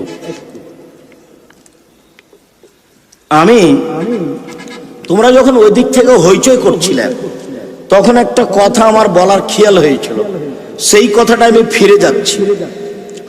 আমাদের ছেলেরা তোমরা একটু সজাগ হও। জায়গা থাকলে বসতে হবে, এ কথাই ঠিক। আর দাঁড়িয়ে থাকলে নড়াচড়া করতে পাবেন না, এ কথাও ঠিক। অনুরোধ রক্ষা করেন, আপনাকে আমি অনেক ভালোবাসি আর আপনি এজন্যই এসেছেন। অতএব আপনার ভদ্রতা আপনি বজায় রাখুন। এই বিবেচনাটা আরেকজনের কাছে দিয়েন না। বসার জায়গা থাকলে বসে পড়ুন, জায়গা না থাকলে এক পায়ে দাঁড়িয়ে থাকেন, এক খেয়ালে চেয়ে থাকেন। আপনার কিছু না কিছু উপকার করবো ইনশাল্লাহ। আমি বক্তব্য দিব আর যারা মিডিয়ার লোক তারা দাঁড়িয়ে থাকবে। তুমি এটা কি করে মনে করলে? তুমি এত হইচই করে উঠলে কেন? একটু থামো, একটু দেখো শিষ্টাচার কি জিনিস, আচরণ কি জিনিস। আচরণ, আল্লাহর নবী বলছেন ইন্না আসকালা শাইইন ফি মিদালিল মুমিনি ইয়াওমাল কিয়ামা খুলুকুন হাসান। বিচারের মাঠে মোমেন পুরুষ নারীর নেকির পাল্লাই সবচেয়ে যেটা ভারী নেকি হবে সেটা হলো ভালো আচরণ। সেটা কি? ভালো আচরণ। হজের নেকি আছে, তবে নেকির পাল্লায় সবচেয়ে ভারী নয়। ইবাদতের জগতে সবচেয়ে ব্যতিক্রম ইবাদত সালাত, নামাজ, তবে নামাজের নেকি সবচেয়ে ভারী নয়। ইবাদতের জগতে ব্যতিক্রম দামি ইবাদত সিয়াম, যে একটু পরে বলবো ইনশাআল্লাহ, সেটার নেকি সবচেয়ে ভারী নয়। তাসবিহ তাহলিল জিকির আজকার গুরুত্বপূর্ণ ইবাদত, এর নেকি সবচেয়ে ভারী নয়। ভালো আচরণ নেকি সবচেয়ে ভারী। এই কথা মুহাম্মদ সাল্লাল্লাহু আলাইহি সাল্লাম বলেন। ভালো আচরণ কি জিনিস? কোরআন তেলাওয়াতের নেকি আছে, তবে এর নেকি সবচেয়ে ভারী নয়। সবচেয়ে বেশি ভারী হলো ভালো আচরণের নেকি। একদা সাহাবীগণ বলছেন, আল্লাহর নবী, মা খায়রু মাউতিল ইনসান, মানুষকে যেটা আল্লাহ দিয়েছেন তার সবচেয়ে দামি কোনটা, সবচেয়ে ভালো কোনটা? মানুষকে আল্লাহ দিয়েছেন চোখ, হাত, পা, জমি জায়গা, গাড়ি বাড়ি, বউ স্ত্রী, অনেক কিছু দিয়েছে আল্লাহর নবী। তো সবচেয়ে ভালো কোনটা একটু বলেন তো? তখন আল্লাহ রাসূল বললেন, আল খুলুকুল হাসান, সবচেয়ে যেটা ভালো দিয়েছেন সেটা হলো ভালো আচরণ। একদা আল্লাহ রাসূলকে জিজ্ঞাসা করে, আল্লাহ রাসূল বলেন তো মাল বিররু ওয়াল ইসমু, পাপ কি জিনিস, নেকি কি জিনিস? আল্লাহ রাসূল একটু বলেন তো পাপ কি জিনিস, নেকি কি জিনিস? তখন আল্লাহ রাসূল বলছেন, শোনো, আল বিররু হুসনুল খুলুক, নেকি হলো ভালো আচরণ। তখন তিনি বললেন না নেকি হলো হজ, তখন তিনি বললেন না নেকি হলো নামাজ, তখন তিনি বললেন না নেকি হলো রোজা, তখন তিনি বললেন না নেকি হলো কোরআন তেলাওয়াত, তখন তিনি বললেন নেকি হলো ভালো আচরণ। একদা আল্লাহ রাসূল বলছেন, ইন্না ফিল জান্নাতিল্লাহ গোরাব, জান্নাতে এমন কতগুলি দামি দামি ঘর আছে যার বাহির থেকে ভিতর দেখা যায়, ভিতর থেকে বাহির দেখা যায়, খালি টক টক টক টক টক করছে, ঝক ঝক ঝক ঝক করছে। তো সাহাবীগণ বললেন, আল্লাহ রাসূল, এত দামি ঘর কে পাবে? সেটা বলেন তো, এত দামি ঘর কে পাবে? তখন তিনি বলছেন, লেমান আলানাল কালামা, যার মুখের ভাষা নরম, যার আচরণ ভালো, সেই পাবে। সবই কথাই একদিকে চলে গেল। তো ভালো আচরণের নেকি যত ভারী, আর কোন ইবাদতের নেকি তত ভারী নয়। মানুষ জানে না আচরণ কাকে বলে। আচরণ দেখবেন, এক মিনিট মধ্যেখানে আছে কথার মধ্যে, এই ছেলে খেয়াল করো, ভালো আচরণ। এই যে দেখো, একটা লোক অটোতে বসে আছে আর তুমি ব্যাগ নিয়ে উঠেছো, তো ব্যাগ নিয়ে উঠতেই তার ব্যাগটা তার মুখের উপরে লেগেছে, তোমার ব্যাগটা। তখন চট করে বলে, চোখ নাই তোমার কপালে, হিসাব করে উঠো না। বলো তো এটা কেমন আচরণ? এটা খারাপ আচরণ। আচ্ছা আচ্ছা, ও আচ্ছা, কোনো সমস্যা নাই, বসো বসো বসো। এই ছেলে, কোনো সমস্যা নাই, লেগেছে লেগেছে, বসো বসো বসো, কোনো সমস্যা নেই। বলো তো এটা কেমন আচরণ? এটাই ভালো আচরণ। মানুষও জানে ভালো আচরণ কোনটা, খারাপ কোনটা। দলীয় দাপটে ওকে 1 নম্বর আসামি করেছে মিথ্যা সাক্ষী দিয়ে। সাক্ষী জজের সামনে বলছে, আমি তাকে নিজ চোখে মারতে দেখেছি, অত যার নাম দেওয়া আছে 1 নম্বরে, মারামার দিন সেদিন রংপুরে ছিল। জজ জানে না আসল ঘটনা, উকিল জানে না আসল ঘটনা। কুষ্টিয়া জেলে শত মানুষ আছে, 20-30 বছর থেকে ও জেলে, নিজেও জানে না আমি কেন জেলে। ও মাঝে মধ্যে ভাবে, আচ্ছা আমি জেলে কেন? গন্ডগোলের দিন তো আমি ছিলাম না। জজ জানে না ঘটনা কি, উকিল জানে না ঘটনা কি। দলীয় দাপটে যে সাজিয়েছে শুধু সেই জানে। দলীয় দাপটের লোকের জানা উচিত ফেরাউন ডুবে গেছে, ওর জানা উচিত ফেরাউন ডুবে গেছে। এর নাম ভালো আচরণ নয়। ধমক দিয়ে খেয়ে কোনো কাজ করার নাম ভালো আচরণ নয়। অসহায় মানুষকে উপেক্ষা করে চলার নাম ভালো আচরণ নয়। অসহায় মানুষকে ধাক্কা দিয়ে ফেলে দেওয়া, চলে যাওয়ার নাম ভালো আচরণ নয়। ভালো আচরণ কি জিনিস? পৃথিবীতে সবচেয়ে দামি জিনিস। ভালো আচরণ। ভালো আচরণ কি জিনিস? পৃথিবীতে সবচেয়ে দামি জিনিস যা দিয়ে জান্নাত কিনা যায়, সেটা হলো ভালো আচরণ। আয়েশা রাদিয়াল্লাহু তাআলা আনহা বলেন, আল্লাহর নবী বলেছেন, একজন পুরুষ তার ভালো আচরণ দিয়ে তাহাজ্জুদের নেকি অর্জন করে। একজন মানুষ তার ভালো আচরণ দিয়ে নফল রোজার নেকি অর্জন করে। দুটাই দামি জিনিস। নফল রোজা মানে জান্নাত, তাহাজ্জুদ মানে জান্নাত। তাহাজ্জুদ মানে দামি জান্নাত, জান্নাতুল ফেরদাউস। একটা হলো নফল রোজা, ফলাফল জান্নাত। একটা হলো রাতে তাহাজ্জুদ, জান্নাতুল ফেরদাউস, দামি জান্নাত। এই দুটা মিলে যা নেকি হবে, ভালো আচরণে তাই নেকি হবে। ভালো আচরণ কি জিনিস? ভালো আচরণ টিকবে না তোমার দল করলে। দল করলে আর একজনের বিরুদ্ধে বলতে হবে, তোমাকে তো বলতে হবে হবেই। চাঁপাইনবাবগঞ্জের ভাষাতে তোমার বাপকে বলতে হবে।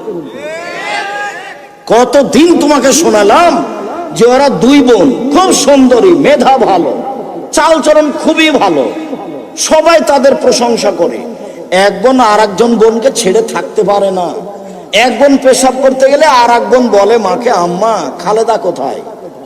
খুব একজন আর একজনের সাথে প্রেম প্রীতি বড় হয়ে গেছে, মেধা ভালো, দেখতেও ভালো। একজনের বিবাহ হয়েছে বিএনপি লোকের সাথে, একজনের বিবাহ হয়েছে আওয়ামী লীগ লোকের সাথে। তারা আর আপোষে কথা বলে না। কি হলো? জাদু হলো নাকি? দল করে আর একজনের বিরুদ্ধে বলে তুমি সফলতা অর্জন করতে চাও? দেখো তুমি ফেসবুকে, তুমি মনে করেছো আব্দুর রাজ্জাক সাহেবকে বলে ধুয়ে ছেড়ে দেবো তাহলে কিছু বলবে? তোমার মতো হাজারো লোক যদি আব্দুর রাজ্জাক সাহেবকে ধুয়ে দেয় 100 বার, আমি তোমার নামটা মুখে নিব না। তোমার নামটা, তুমিও জানো যে আমি খারাপ, কাজে আমার নেওয়ার প্রয়োজন নেই। তুমি জানো যে আমি বদনাম করেছি মানুষের, তুমি জানো না? তুমি জানো, তুমি নিজেই জানো যে আমি খারাপ।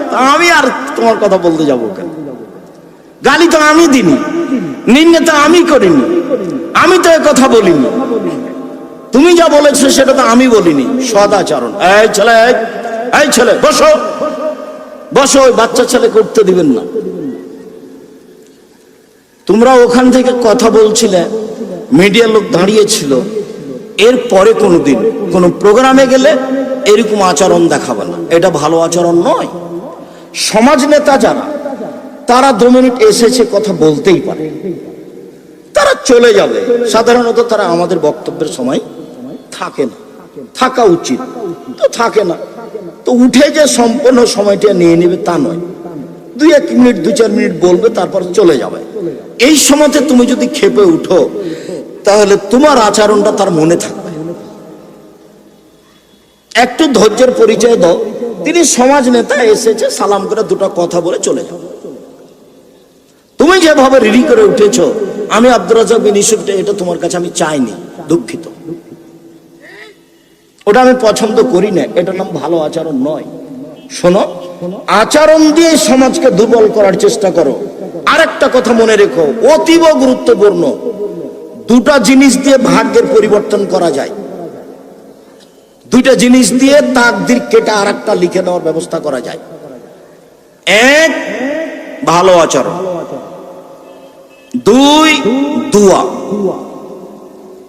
করোনার সময়তে আমি বলেছিলাম, কারো যদি করোনা হয়ে যায়, আমি তার সাথে ভাত খেতে একসাথে প্রস্তুত, 1 প্লেটে। কারো যদি করোনায়, কেউ যদি করোনায় মারা যায়, আমি তার জানাজা দিব, আমি তার গোসল দিব। এতে যদি আমারও করোনা হয়, তাহলে আমি বলবো না এর কারণে হয়েছে, আমি বলবো পৃথিবী সৃষ্টির 50,000 বছর পূর্বে আমার নামে করোনা লেখা হয়েছিল, তাই হয়েছে। আমি এর কারণে বলবো না। কারণেই যদি করোনা হতো, তাহলে ঢাকা ফিউচার পার্কের মালিক করোনায় মারা যেত না। ওরা দেশের পানি খেত না। ওরা কোথাকার পানি খেত? বিদেশের। ওরা দেশের পানি খায়। ওর কাছে ওর ছেলে মেয়ে আমাকে যেতে দিবে না। আমি গেটে আছি, ওর আব্বা ওইখানে আছে। হুজুর আপনি আসেন, আপনি আসেন না। বলো কি তুমি? তোমার আব্বার গায়ে হাত দিয়ে আমি বসে থাকবো? ঘন্টার ঘন্টা আমার অন্তরে ধাক্কা খাবে না। যদি ধাক্কা খাই, সত্যি আমি মুনাফিক, আমার ধর্মের উপরে বিশ্বাস নেই, আমি ভাগ্যকে বিশ্বাস করি না, আমি ভাগ্যকে বিশ্বাস করি, এ কথাই চূড়ান্ত। তোমার আব্বার গায়ে হাত দিলে আমার করোনা হবে, এই কথা তুমি ভুল বলছো। তোমার বাপ করোনায় মরে মরে, ওই যে খেয়ে যেটুকু রেখেছে ওটুকু ফেলে দিয়েছ, ও দেখো আর একজন ফকিরে তুলে খাচ্ছে, ওর করোনা হয়নি। কি বুঝাতে পারিনি কথা? করোনার লোকটা খাওয়ার পরে যেটুকু আছে সেটুকু কি করেছে? ফেলে দিয়েছে। ওটুকু কে খাচ্ছে? ফকির, ওর তো করোনা হয়নি। একজন ওষুধ বিক্রি করছে, তার জন্য তুমিও তার নামে পাগল হয়ে গেলে? এটাই তো আমার দুঃখ। মুহাম্মদ সাল্লাল্লাহু আলাইহি ওয়াসাল্লাম বলেন, আমার জীবনে বড় ভয় আমার উম্মত ওদের সাথে মিশে যাবে, মিশতে মিশতে মিশতে মিশতে এমন ভাবে মিশবে, ওরা যদি মায়ের সাথে জেনা করে থাকে, আমার উম্মতও কি করবে? মায়ের সাথে জেনা করবে। 1 মিনিট মাঝে মধ্যে কথাটা দুঃখের সাথে বলি, যে লন্ডন সফর সাউথ হলে জুমার খুতবা দিয়ে নিচে নামছি, একটা লোক দৌড়িয়ে এসে বলছে, আমার ছেলের একটু দোয়া, আমার ছেলেকে একটু দোয়া করে দেন, আমার ছেলেকে একটু দোয়া করে দেন। তো আমি মাথায় হাত দিয়ে দোয়া করতে দেখি মাথার এখানে চুল কাটা আছে, 3টা দাগ দেওয়া আছে। তা আমি মনে করছি ওর মা মনে হয় চুল ছেঁটে দিচ্ছিল, ছেলে মনে হয় বিরক্ত করছিল, তাই এরকম দাগ হয়ে গেছে। তো এখন নেমে বাম দিকে সরতেই দেখি সাইনবোর্ডে দাগ। আমি বললাম, ইন্না লিল্লাহি ওয়া ইন্না ইলাইহি রাজিউন। লন্ডনে এসেছি উপার্জন করে খেতে, আদর্শ বিক্রি করতে আসিনি, অসম্ভব। সকালে নাস্তা করতে ঢুকছি, ছেলে বের হচ্ছে ঘর থেকে, আর চাচা বাড়িতে ঢুকছে। তো সকালবেলা তো ছেলে বলছে গুড মর্নিং, চাচা বললো গুড মর্নিং। আমি বললাম দুঃখিত, আদর্শ বিক্রি করতে আসিনি। ছেলে বলবে আসসালামু আলাইকুম, আপনি বলবেন ওয়ালাইকুম আসসালাম। 1 গ্লাস পানি দিলে আমি বললাম থ্যাংক ইউ, আপনি বললেন জাযাকাল্লাহ খায়। আমার শিষ্টাচারের দাম আছে, ওর শিষ্টাচারের 5 পয়সা দাম নেই। আমার মেয়ে স্কিন পায়জামা পরতে পারে না, এই জান্নাতে যাবে না। আমার মেয়ে কপালে টিপ দিতে পারে না, আমার মেয়ে নখে নেইল পালিশ দিতে পারে না, আমার মেয়ের নখ বড় হতে পারে না। সব নবীর বৈশিষ্ট্য 10টি, সব নবীর বৈশিষ্ট্য 10টি, সব নবীর শিষ্টাচার 10টি। 1, দাড়ি বড় করা, কাটা হবে না, ছাঁটা হবে না। 2, মুছ কেটে ফেলতে হবে, ছেঁচে ফেলতে হবে না। 3, অজু গোসলের সময়, পেশাব পায়খানার সময় পানি দিয়ে পবিত্রতা অর্জন করতে হবে। ওদের টয়লেটে পানি থাকে না, ওদের টয়লেটে পানি থাকে না। বার্মিংহামে গেছি সাইদকে সাথে করে, তো এখন আমি বলছি সাইদ টয়লেটে যেতে হবে, যে বলছে ওস্তাজি টয়লেটে পানি নেই যে। বলো কি? তাহলে পবিত্রতা, বলে টিস্যু দিয়ে পবিত্রতা অর্জন করতে হবে। ওর বৈশিষ্ট্যের সাথে আমাদের বৈশিষ্ট্যের কোনো মিল নেই। ওরা আফসোস করে বলেছিল, ধিক্কার দিয়ে, ঘৃণা করে, আফসোস করে নাই, ঘৃণা করে বলেছিল, সালমান ফার্সি জি তোমার নবী বড় মানুষ। ছি, কে বলেছে বড় মানুষ? আরে ও পেশাব করা শিখায়, ও পায়খানা করা শিখায়, ও বলে যে বাম হাতে পানি খরচ করতে হবে, পেশাব পায়খানা শিখায় যে সে বড় মানুষ? এটা কথা হলো? তখন সালমান ফার্সি বলছেন, জি আমার নবী বলেছেন পেশাব পায়খানায় বসলে কেবলার ব্যাপারে বিবেচনা করতে হবে। আমার নবী বলেছেন পেশাব পায়খানা থেকে পবিত্রতা অর্জন করলে পানি দিয়ে পবিত্রতা অর্জন করতে হবে। আমার নবী মুহাম্মদ সাল্লাল্লাহু আলাইহি ওয়াসাল্লাম বলেছেন পানি না থাকলে 3টি ঢেল ব্যবহার করতে হবে। আমার নবী বলেছেন ডান হাতে পবিত্রতা অর্জন করা যাবে না, বাম হাত দিয়ে করতে হবে। আমার নবী মুহাম্মদ সাল্লাল্লাহু আলাইহি ওয়াসাল্লাম বলেছেন হাড় হাড্ডি দিয়ে পবিত্রতা অর্জন করা যাবে না, গোবর দিয়ে পবিত্রতা অর্জন করা যাবে না, মাটি দিয়ে পবিত্রতা অর্জন করা যাবে, করতে হবে। এর নাম শিষ্টাচার, এর নাম শিষ্টাচার। মুহাম্মদ সাল্লাল্লাহু আলাইহি ওয়াসাল্লামের শিষ্টাচারের দাম আছে। বিবাহ পড়াতে হবে মুহাম্মদ সাল্লাল্লাহু আলাইহি ওয়াসাল্লামের শিষ্টাচারে। মেয়ের কাছে বিবাহ পড়াতে যেতে হবে না। মেয়ের কাছে, কুষ্টিয়া জেলাতে মেয়ের কাছে বিবাহ পড়াতে যায়, চ্যাংড়া ছুল্লু বরের কাছ থেকে দৌড়িয়ে উঠে যায় ওখানে, আর মেয়েটার কাছে গিয়ে বলে এত টাকা নাই গো, এত টাকা বাকি, অমুক তোমাকে বিবাহ করতে এসেছে, তুমি তাকে স্বামী সত্ত্বে কবুল করো। তখনও বলে কবুল করলাম। 3 বার বলে, তারপর পুরুষের বৈঠকে আসে, এই ছেলে চলো যায় রংপুর, গাইবান্ধা, গোবিন্দগঞ্জ, এরকম বৈঠকে। ওরা ভিতরে গেছে, তারপরে এসেছে এখানে, যেখানে বর বসে আছে। বর কিভাবে বসে আছে এ দেখো। বর কথা বলতে পারবে না, অবাক কথা। বর কথা বললে বর বেয়াদব। আরে বর দিবে মোহর আর আপনি কথা বলবেন, সবই যে উল্টে আছে। শিষ্টাচার কি জিনিস কেউ যে বিবেচনা করতে পারলো না। এবার মহিলার ওখান থেকে এসে সবাই দাঁড়িয়ে আছে, তো যারা বসে আছে তারা বলছে আপনারা কে? তখন বলছে আমরা এই বিবাহের উকিল, মেয়ে কবুল করেছে। জি করেছে। আপনারা শুনেছেন? জি শুনেছি। তাহলে বসেন। মনে হচ্ছে হিন্দুদের বিবাহ লেগেছে, কলার গাছের চতুর্দিকে ঘুরে ধর্ম পাগল হয়ে গেছে। অবাক কথা, গোটা বৈঠক বলছে বসেন, কারো 5 পয়সা দাম নেই।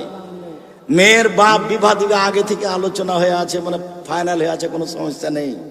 এর পরেও মেয়ের বাপ যদি যায়, একাই যাবে যেখানে মেয়ে আছে। আম্মু বিবাহ পড়াতে যাচ্ছি, যাবে।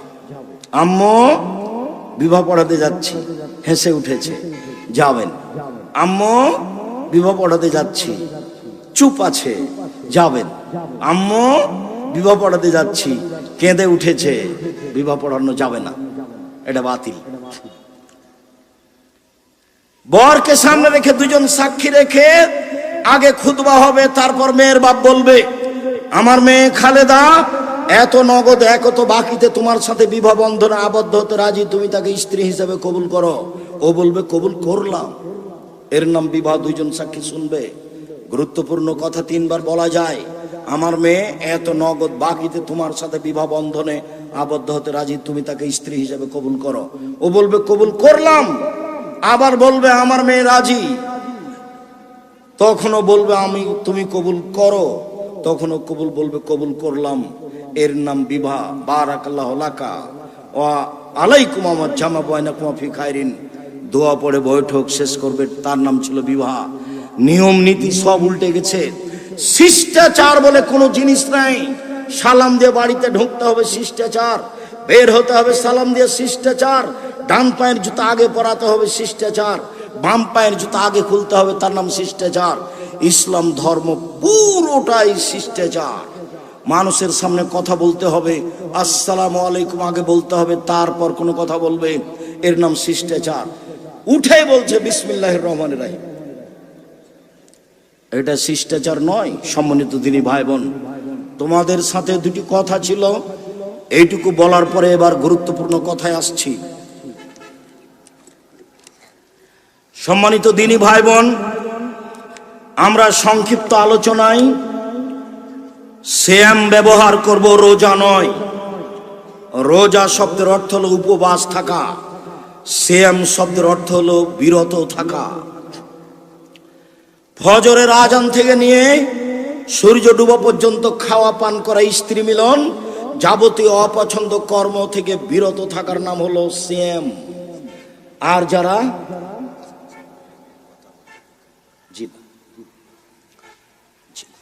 শুনুন, বিরত থাকার নাম সিয়াম। বিরত থাকার নাম সিয়াম।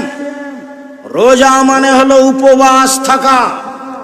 অতএব সম্মানিত দিনী ভাই বোন, আমি আপনাকে বিষয়ে অতীব গুরুত্বপূর্ণ কথাটি পেশ করতে গিয়ে বলছি, ইবাদতের জগতে ভিন্ন ধরনের ব্যতিক্রম ইবাদত হলো সিয়াম। যার কোনো ইবাদতের সাথে মিল নেই, যার কোনো ইবাদতের সাথে মিল নেই, তার নাম হলো সিয়াম। 1 মিনিট। উমামা বাহিলি রাদিয়াল্লাহু তাআলা আনহু বলেন, আমি আল্লাহর নবীকে বললাম, মরনি বে আমালিন, আল্লাহর নবী আপনি আমাকে একটু আমলের কথা বলেন, আমি আমল করলেই জান্নাতে চলে যাব। তখন আল্লাহ রাসূল বললেন, উমামা আলাইকা বিসম ফাইনুলাম ইদলালাহু, তুমি সিয়াম পালন করো। ইবাদতের জগতে সিয়ামের সমপর্যায়ের কোনো ইবাদত নেই। শুনুন দিনী ভাই, শুনেন। এই মেয়ে কথা বলছো কেন? শোনো, তোমার কথাই তো বলছি, শরম পাও না কেন? দিনী বৈঠকে এসে কথা বলো কেন? আপনি আমার দিনী বোন, আপনাকে আমি বলি, আরেকজন মহিলা যদি আপনার গায়ের উপর দিয়ে উঠে চলে যায়, আপনি মুখ খুলবেন না, একবারে চুপচাপ থাকবেন, মুখখান বন্ধ করে রাখবেন। যাক, আর একজন আপনার গায়ের উপর দিয়ে চলে যাক, তবু আপনি মুখ খুলবেন না। এই ছেলে, এটার নাম সিয়াম, এটা হলো হজ। হজ ইবাদত সিয়ামের সমপর্যায়, জি না।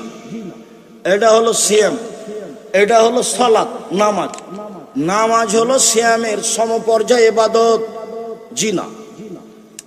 এটা হলো দান, এটা হলো সিয়াম, দান সিয়ামের সমপর্যায়, জি না। এটা হলো কোরআন তেলাওয়াত, এটা হলো সিয়াম, কোরআন তেলাওয়াত সিয়ামের সমপর্যায়, জি না। আল্লাহর নবী মুহাম্মদ সাল্লাল্লাহু আলাইহি ওয়াসাল্লাম না করে দিয়েছেন, ও মামা, ইবাদতের জগতে এমন কোন ইবাদত নেই যেটা সিয়ামের সমপর্যায়ের হতে পারে। তাহলে ইবাদতের জগতে সবচেয়ে দামি ইবাদত কি? সিয়াম। আরেকটু, ওমামা বলছেন, আল্লাহর নবী, আপনি একটা আমলের কথা বলেন তো নবী, যাতে আমি জান্নাতে চলে যাব। তখন আল্লাহ রাসূল বলছেন, ওমামা, তুমি সিয়াম পালন করো। ইবাদতের জগতে সিয়ামের মতো কোনো ইবাদত নেই।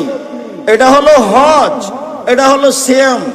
হজকে বলা যাবে না এটা হলো সিয়ামের মতো, মানে এটা ভিন্ন ধরনের। দুইটা হাদিস গেল। তিন, আল্লাহর নবী বলছেন, যখন মানুষ জান্নাতে ঢুকবে তখন সব দরজা থেকে ফেরেশতারা ডাকবেন।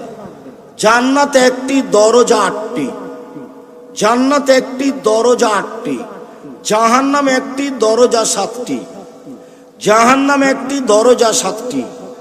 তো দানের জন্য একটা দরজা আছে, হজের জন্য একটা দরজা আছে, সালাতের জন্য একটা দরজা আছে, যাকাতের জন্য একটা দরজা আছে। যখন জান্নাতে ঢুকতে যাবেন তখন ওই দানের দরজা থেকে বলবে, আসেন আসেন আসেন, এই দরজা দিয়ে আসেন। যারা সালাত আদায় করেছে আসেন, এই দরজা দিয়ে আসেন। যারা সিয়াম পালন করেছেন এই দরজা দিয়ে আসেন। আল্লাহ রাসূল বলছেন, সিয়াম পালনকারীর শেষ ব্যক্তি ঢুকে গেলে এই দরজাটা ক্লোজ করা হবে, বন্ধ করা হবে, তখনও বাকি দরজা খোলা থাকবে। মানে হলো এই যে হজ পালনকারী সালাত আদায় করার দরজা দিয়ে ঢুকতে পাবে। মানে হলো এই, সালাত আদায়কারী ব্যক্তি হজের নামে যে দরজা আছে ওইটা দিয়ে ঢুকতে পাবে, তবে সিয়াম ছাড়া এই দরজা দিয়ে ঢুকতে পাবে না। ইবাদতের জগতে সবচেয়ে ভিন্ন ধরনের ইবাদত হলো সিয়াম। মনে থাকবে না মনে হয়?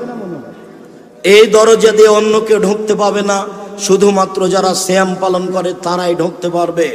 সম্মানিত দিনী ভাই বোন, রাসূল সাল্লাল্লাহু আলাইহি সাল্লাম বলেন, আল্লাহ তাআলা বলেছেন, আদম সন্তানের সব নেকি 1 থেকে 10 বাড়ে।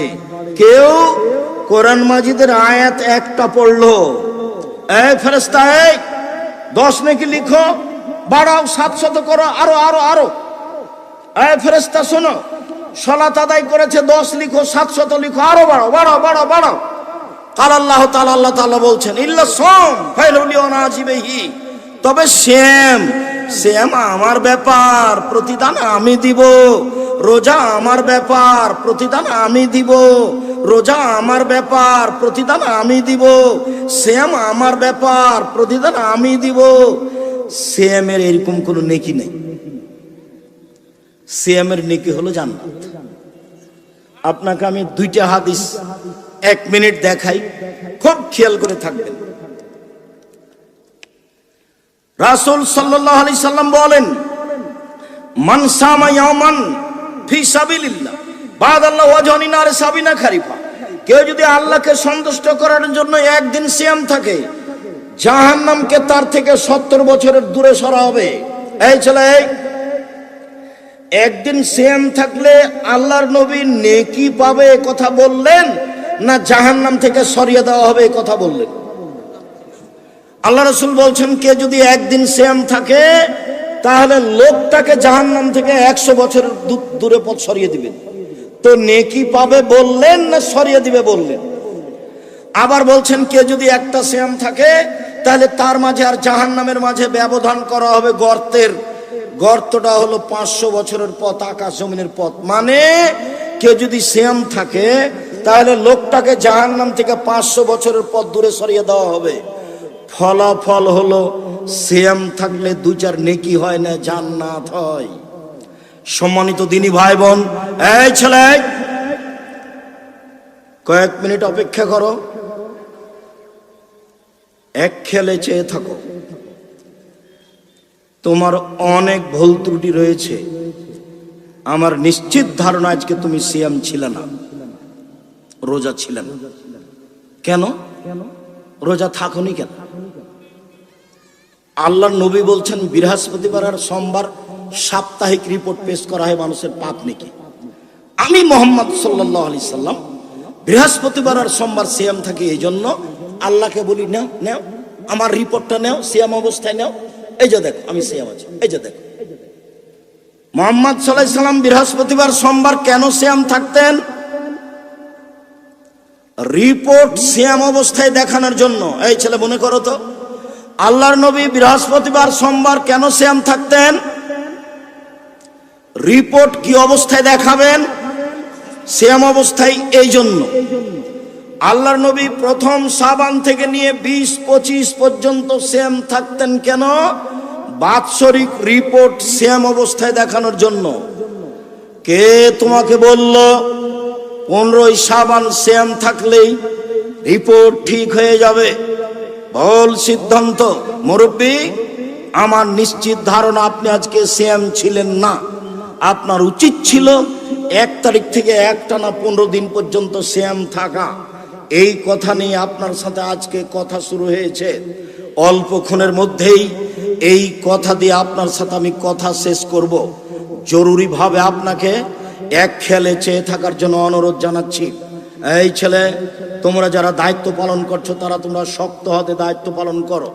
যারা আমাদের দাঁড়িয়ে আছে স্টিল দাঁড়িয়ে থাকবে, নইলে স্থান ত্যাগ করবে। এটা আমাদের প্রথম থেকে কথা আছে। পরিবেশ কখনো দুর্বল করার চেষ্টা করো না। আমরা সারা রাত বক্তব্য দিব না, এ কথাই ঠিক। আমরা তোমার কিছু উপকার করব ইনশাল্লাহ, এ কথাও ঠিক। সম্মানিত দিনী ভাই বোন, মানুষের পক্ষে বিচার মাঠে 4টে জিনিস কথা বলবে। 1, সিয়াম। সিয়াম বলবে প্রতিপালক, লোকটাকে আমি 2টা জিনিস করতে দিইনি। 1, খেতে দিইনি। 2, মন মতো চলতে দিইনি। তুমি আমার একটা কথা শোনো, একে জান্নাতে দাও। প্রতিপালক, আমি সিয়াম রোজা বলছি, তুমি আমার একটা কথা শোনো, লোকটাকে আমি 2টা কাজ করতে দিইনি। 1, দিনে খেতে দিইনি। 2, মন মতো চলতে দিইনি। তুমি আমার একটা কথা শোনো, একে জান্নাতে দাও। তখন আল্লাহ বলবেন আচ্ছা আচ্ছা ঠিক আছে, তোমার কথা মেনে নিলাম, আমি তাকে জান্নাতে দিলাম। আমি তাকে মন মতো চলতে দিইনি। এটা অর্থ কি বলো তো দেখি? আমি তাকে মন মতো চলতে দিইনি মানে দাড়ি চাঁচতে দিইনি। আমি তাকে মন মতো চলতে দিইনি মানে টাকনোর নিচে প্যান্ট পরতে দিইনি। আমি তাকে মন মতো চলতে দিইনি মানে দোকানে বসে আড্ডা পিটতে দিইনি। আমি তাকে মন মতো চলতে দিইনি মানে দোকানে বসে আরেকজনের বদনাম করতে দিইনি। আমি তাকে মন মতো চলতে দিইনি মানে তাকে সুদ ঘুষ খেতে দিইনি। আমি তাকে মন মতো চলতে দিইনি কারো বদনাম করতে, গালি দিতে, নিন্দা করতে, হটকারিতা করতে দিইনি। তাই আমি তাকে মন মতো চলতে দিইনি। তুমি আমার একটা কথা শোনো, একে জান্নাতে দাও। কে বলবে?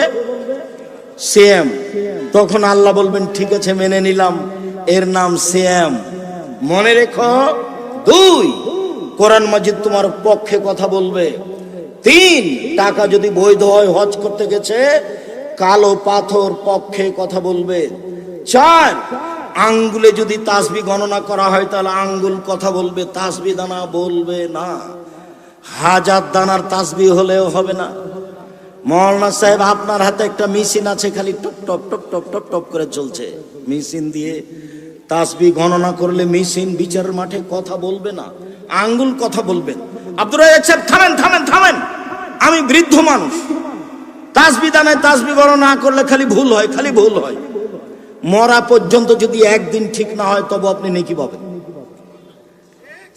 এইটাই মোহাম্মদ সাল্লাল্লাহু আলাইহি সাল্লামের নীতি।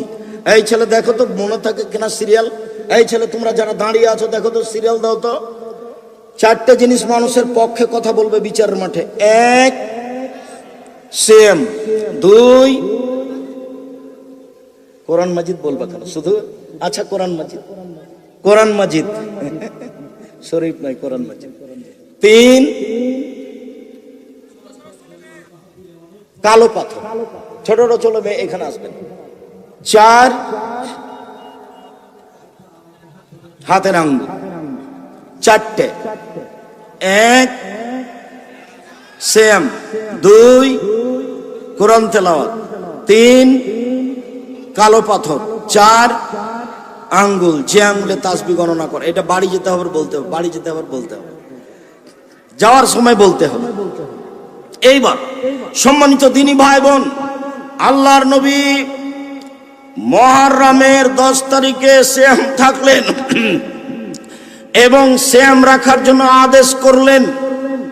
তখন সাহাবীগণ বললেন, কেমন কথা হলো? ইহুদি খ্রিস্টানেরা মুহররমের 10 তারিখকে বড় মনে করে, আর আপনি বলছেন দিন রাত তাদের বিরোধিতা করতে হবে। আমরা মুহররমের 10 তারিখে কেন সিয়াম থাকবো না? আপনি বলছেন তাদের বিরোধিতা করতে হবে। আল্লাহ রাসূল বললেন, শোনো, লাইন বাকাইতু লাকাবিনিল্লাহ সুমান্নাত তাসিয়া, সামনে বছর বেঁচে থাকলে 9 তারিখ সিয়াম থাকবো। 9 তারিখ হবে তাদের বিরোধিতা, আর 10 তারিখ হবে আল্লাহর শুকরিয়া। মুহররমের 10 তারিখে আল্লাহ ফেরাউনকে ডুবিয়ে দিয়েছেন, তার সম্প্রদায়কে ডুবিয়ে দিয়েছেন। মুহররমের 10 তারিখ আল্লাহ মূসাকে বাঁচিয়ে দিয়েছেন, মূসার সম্প্রদায়কে বাঁচিয়ে দিয়েছেন। মূসা শুকরিয়া আদায়ের জন্য মুহররমের 10 তারিখে সিয়াম থাকতেন। আমি মুহাম্মদ সাল্লাল্লাহু আলাইহি সাল্লাম মূসার সুন্নাতকে পালন করার ব্যাপারে বেশি হক রাখি। পৃথিবীর আমার সাহাবীরা, শোনো, তোমরা সবাই মুহররমের 10 তারিখে সিয়াম থাকো। সাহাবীগণ বললেন, থাকবো না, বিরোধিতা করতে হবে। আচ্ছা ঠিক আছে, আমি যদি সামনে বছর বেঁচে থাকি তাহলে 9 তারিখও সিয়াম থাকবো। 9 তারিখ হবে বিরোধিতা, 10 তারিখ হবে শুকরিয়া। বলা যাবে না? সম্মানিত দিনী ভাই বোন, আল্লাহর নবী 4টে জিনিস কখনো ছাড়তেন না। তার একটা হলো মুহররমের 10 তারিখের সিয়াম 9-10। মুহাম্মদ সাল্লাল্লাহু আলাইহি সাল্লাম বলেছেন, আমি আশা করি কেউ যদি মুহররমের 2টা সিয়াম থাকে বিগত 1 বছরের পাপ ক্ষমা হবে। তিনি আরো বলেন, কেউ যদি আরাফার দিন একদিন সিয়াম থাকে তাহলে আগে পরে 2 বছরের পাপ ক্ষমা হবে। তিনি আরো বলেন, সম্মানিত দিনী ভাই বোন, সারা বছর সিয়াম পালনের 2টা পদ্ধতি, একটা একটু ভারী, একটা একেবারে হালকা। সারা বছর সিয়াম থাকবো। কিভাবে? এক, প্রতি মাসে 3টা, 13, 14, 15, আর রমজান, এ হলো সারা বছর সিয়াম থাকার নেকি। 1, 13, 14, 15। কোন মহিলার যদি হায়েজ হয় 13, 14, 15তেই, তাহলে 16, 18, 20, 22 যে কোনো একদিন রেখে নেবে। আরবি মাসে 3 দিন, আরবি মাসে 3 দিন হলেই হলো। আর রমজান, এ হলো সারা বছর সিয়াম। এটা একটু ভারী। আর একটা একেবারেই সহজ, কেউ যদি শাওয়ালের 6টা থাকে, কেউ যদি শাওয়ালের 6টা থাকে আর রমজান থাকে, তাহলে পুরো বছর সিয়াম পালনের নেকি পাবে। বলেন তো এবার কি বললাম? শাওয়ালের 6টা এবং রমজান, এটা সহজ, এতে সারা বছরের নেকি হবে। যারা বলেছে মহিলাদের হায়েজের কারণে 2-4-5টা ছুটে গেছে, এটা আগে করতে হবে তারপরে শাওয়াল, তারা ঠিক কথা বলেনি। বরং হায়েজের কারণে যেটা ছুটে গেছে সেটা জীবনে যেদিন পারবে সেদিন করবে। শাওয়ালের আগে এই 6টাই করতে হবে। শাওয়ালের 6, রমজান, এ মিলে হলো সারা বছর সিয়াম। এ হলো সারা বছর সিয়াম পালনের 2টা পথ। এবার চলে আসি আসল কথাই। আব্দুর রাজাক সাহেব, বর্তমান শাবান মাস চলছে, শাবান মাসের কথাটা আগে বলেন। জি, শাবান মাসের কথা বলেই আজকে আলোচনার শেষের দিকে চলে যাব। জাতির যদি রাস্তাঘাট করে দিতে না পারি, জাতির যদি স্কুল কলেজ করে দিতে না পারি, জাতিকে আমি চূড়ান্ত সঠিক ধর্ম দিতে পারবো ইনশাআল্লাহ। ধর্মের ব্যাপারে জাতিকে ফাঁকি দিনি। আমার মনে বড় সাধ, আমি এই দেশের মাটিতে উন্নত মানের প্রতিষ্ঠান গড়ব ইনশাআল্লাহ। যেখানে ছেলে মেয়ে বাংলা ইংরেজি আরবি উন্নত মানের শিক্ষা অর্জন করে জাতির অন্যায়ের বিরুদ্ধে লড়বে, মুখে কলমে মিডিয়াই লড়বে ইনশাআল্লাহ। এই যে মুখে বলছি, সামনে ভর্তি মিডিয়া আছে, সামনে কলম আছে। মুখে জাতিকে ফাঁকি দিনি, মিডিয়ায় জাতিকে ফাঁকি দিনি, কলমে জাতিকে ফাঁকি দিনি। কলম তদন্ত করে লেখা আছে। সম্মানিত দিনী ভাই বোন, আপনি আদর্শ নারী, আদর্শ পরিবার, শিক্ষা বনাম জাহেলিয়াত আর বেগম রোকেয়া লিখেছে কেন অবরোধবাসিনী, পাল্টা লেখা হয়েছে কেন হব অবরোধবাসিনী। এইসব বই পড়ুন। আপনাদের সুসন্তান আব্দুল্লাহ সবার গর্বের সন্তান, আমিও বলছি সবারই গর্বের সন্তান আব্দুল্লাহ। সে দেশ বিদেশ ঘুরে এসে বলছে, আব্বু আগে মসজিদ ভিত্তিক শিক্ষা চালু করতে হবে। ওরা অর্থাৎ ইহুদি খ্রিস্টানেরা বিদ্যা বুদ্ধি দিয়ে সারা পৃথিবী আবাদ করছে। ওদের দুইটা জিনিস অস্ত্র, একটা বিদ্যা, একটা বুদ্ধি। এই যে রাশিয়ার কারখানা, এই যে পাশে সব বড় বড় ইঞ্জিনের ওরা, আর যারা কিষান কামলা তারা হলাম আমরা। পদ্মা সেতু ইঞ্জিনের ওরা আর কিষান কামলা আমরা। একদিন হঠাৎ দেখছি গাড়ির গায়ে লেখা আছে আদ-দাওয়া ইলাল্লাহ। আমি বুঝলাম না, জিজ্ঞাসা করলাম, আব্বু ঘটনা কি লিখেছো? আদ-দাওয়া ইলাল্লাহ মানে কি? আব্বু আপনার দেখলাম 30 বছর যে আপনি দেশ আবাদ করলেন, আপনাকে দেখলাম এই অবস্থা। দেশ বিদেশ ঘুরে আসলাম, বুঝলাম ওরা বিদ্যা বিক্রি করে খায়, ওরা বুদ্ধি বিক্রি করে খায়। অতএব ওরা যেন বুদ্ধি বিদ্যা বিক্রি করতে না পারে, তার পথ বন্ধ করি। সেটা হলো এই যে মক্তব ভিত্তিক শিক্ষা চালু করি। কারণ বশত যদি ওই ছেলে স্কুল কলেজে তাদের দেশে চলেও যায়, তাহলে যেন নিজের ভিত্তি ভুলে না যায়, নিজের কৃষ্টি কালচার যেন ভুলে না যায়।